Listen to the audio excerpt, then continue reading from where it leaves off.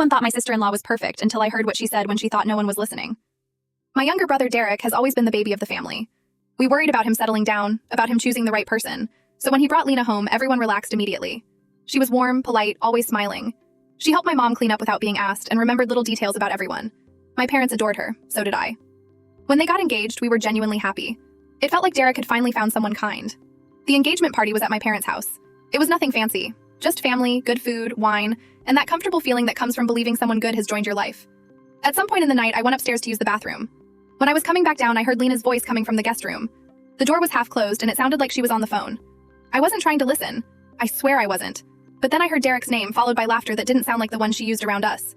She said, "They're all eating the nice girl act up. It's actually kind of funny." I stopped walking. Then she said, "Once I marry him, I'll play happy wife for a year or two. After I divorce him, I'm set for life. He has no idea." My heart started racing. I stood there long enough to hear her talk about how easy my family was, how Derek needed guidance, how patience would pay off once everything was legally locked in. I went back downstairs feeling sick. I didn't tell anyone that night. I didn't want to destroy an engagement over something I might have misunderstood. But the words wouldn't leave my head. A couple of days later, my mom asked why I'd been so quiet since the party.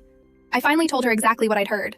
She went silent, then said maybe I'd misinterpreted it, that emotions can make people hear things the wrong way. She asked me not to say anything yet. But families notice tension. Derek asked me directly if I had a problem with Lena. I hesitated, then told him I'd overheard a conversation that didn't sit right with me, so I repeated her words exactly as I remembered them. That night, he brought it up to her. Not accusing her, just asking. She cried immediately, said I'd never liked her, said I was jealous and trying to sabotage his happiness. She was so upset that Derek ended up comforting her and apologizing. And just like that, I became the problem. For weeks, family dinners were tense. Lena stayed sweet, stayed helpful, stayed perfect. I started wondering if I'd imagined everything. Then my cousin Emily messaged me late one night. She said, "I don't know if this matters, but something feels wrong."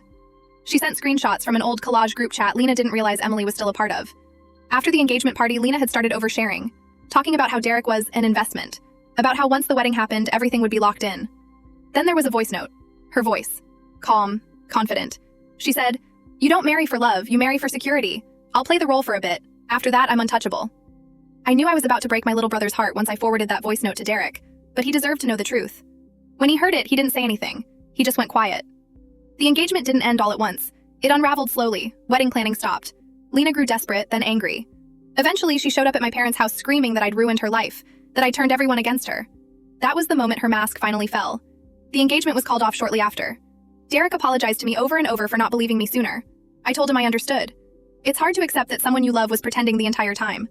Sometimes I think about how easily kindness can be performed, and how convincing it can be when someone knows exactly what people want to see. And how close my family came to letting someone smile their way into everything we had.